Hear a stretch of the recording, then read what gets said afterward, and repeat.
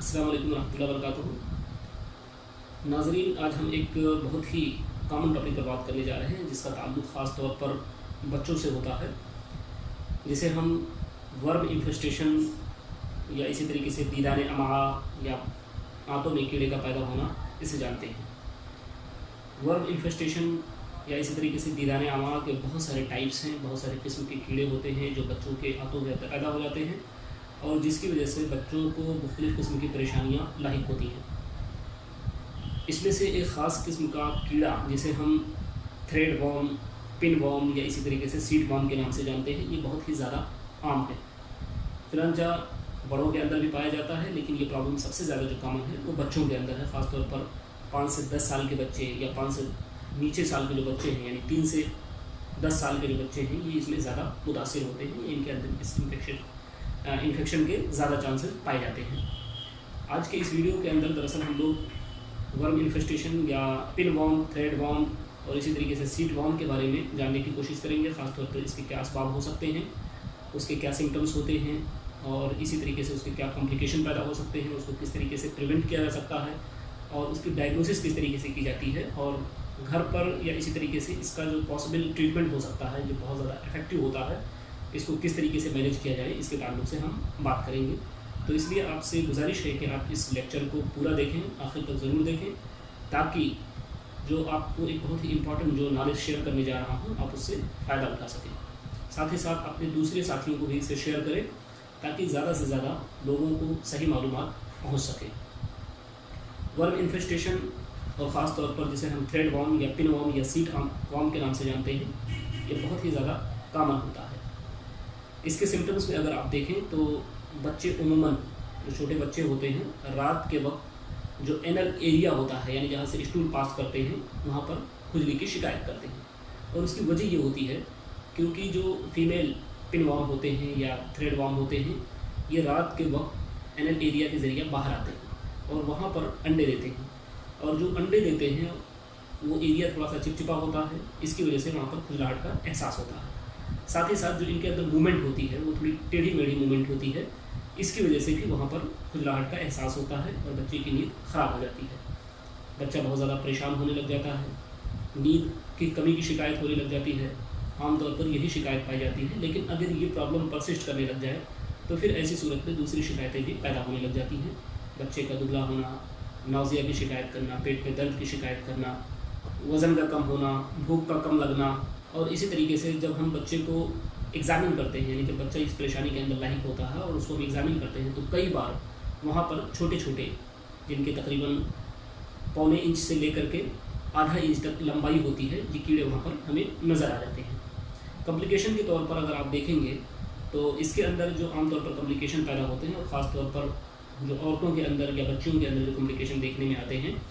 वो ये है कि जब ये कीड़े वहाँ से माइग्रेट करके, यानी जो एनल एरिया जो स्टूल पास करने का एरिया है, जब वहाँ से माइग्रेट करके वेजाइना के अंदर चले जाते हैं तो वहाँ पर ये इन्फेक्शन काज करते हैं, वेजाइनल इन्फेक्शन पैदा करते हैं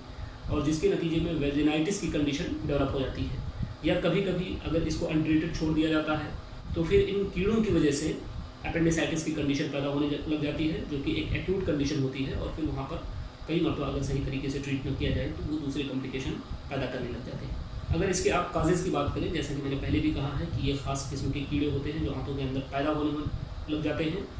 और ये बाहर जब निकलते हैं, इसमें जो मोड ऑफ इन्फेक्शन होता है आमतौर पर, चूँकि ये इन्फेक्शस डिजीज़ होता है, यानी ये जो टेप वॉर्म या इसी तरीके से पिन वॉर्म होता है, ये इन्फेक्शस डिजीज़ में से होता है, यानी एक आदमी से दूसरे आदमी के अंदर ये ट्रांसफ़र होने लग जाता है। तो उसकी वजह ये होती है क्योंकि जब बच्चे स्टूल की जगह पर खुजली करते हैं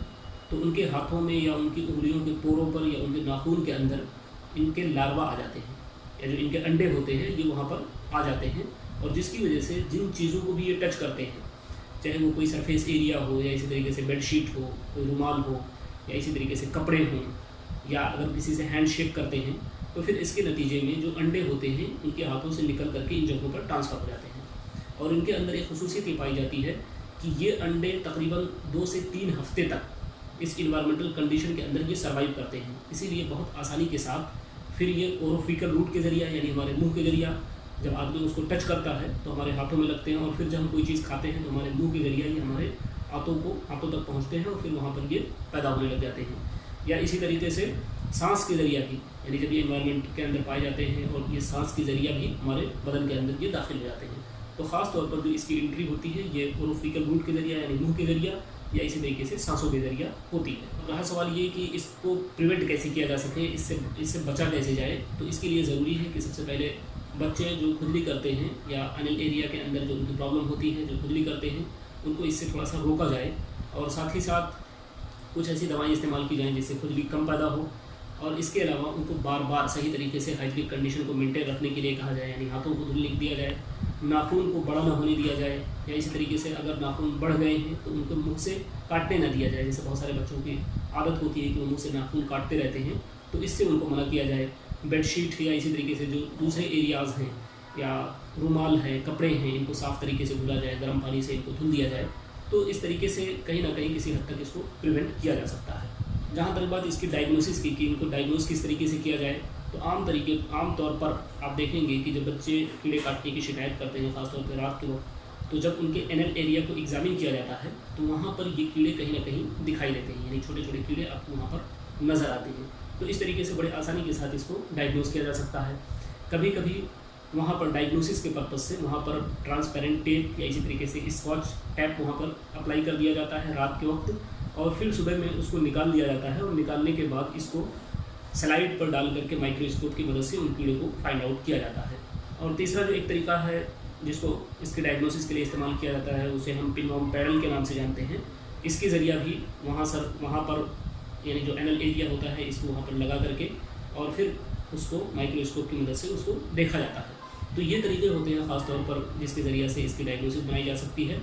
और इसके अलावा इसमें ब्लड इन्वेस्टिगेशन का या इसी तरीके से स्टूल इन्वेस्टिगेशन का कोई बहुत ज़्यादा रोल नहीं होता है, क्योंकि बहुत कम ही ये स्टूल के अंदर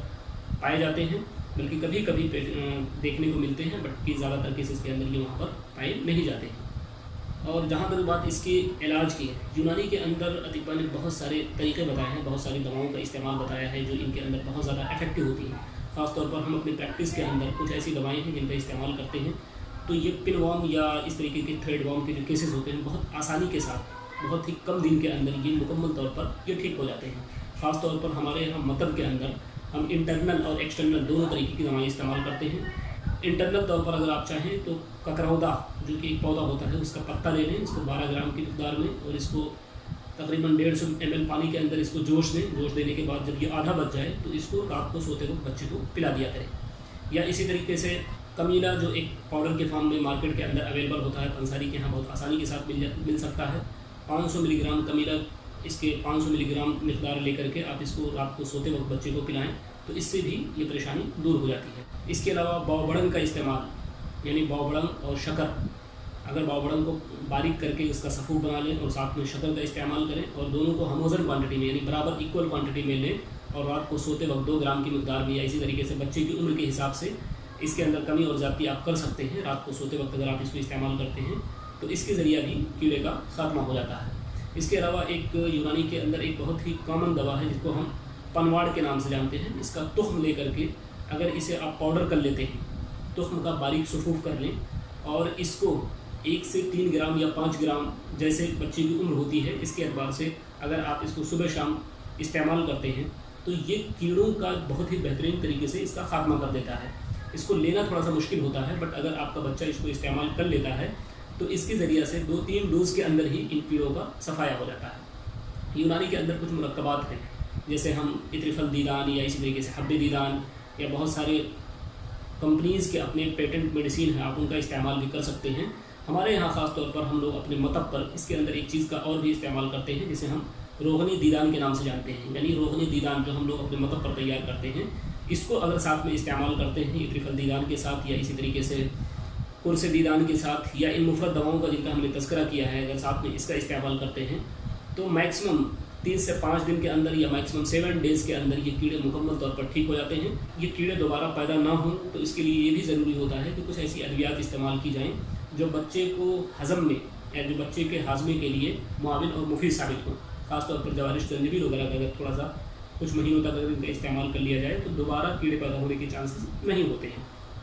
तो दोस्तों ये कुछ मुख्तसर सी चीज़ें थी जिसको मैंने आपके सामने शेयर किया। उम्मीद की आपके लिए बहुत ही कारामद साबित होंगी। शुक्रिया, जज़ाकल्लाहु खैर। अस्सलामु अलैकुम व रहमतुल्लाहि व बरकातहू।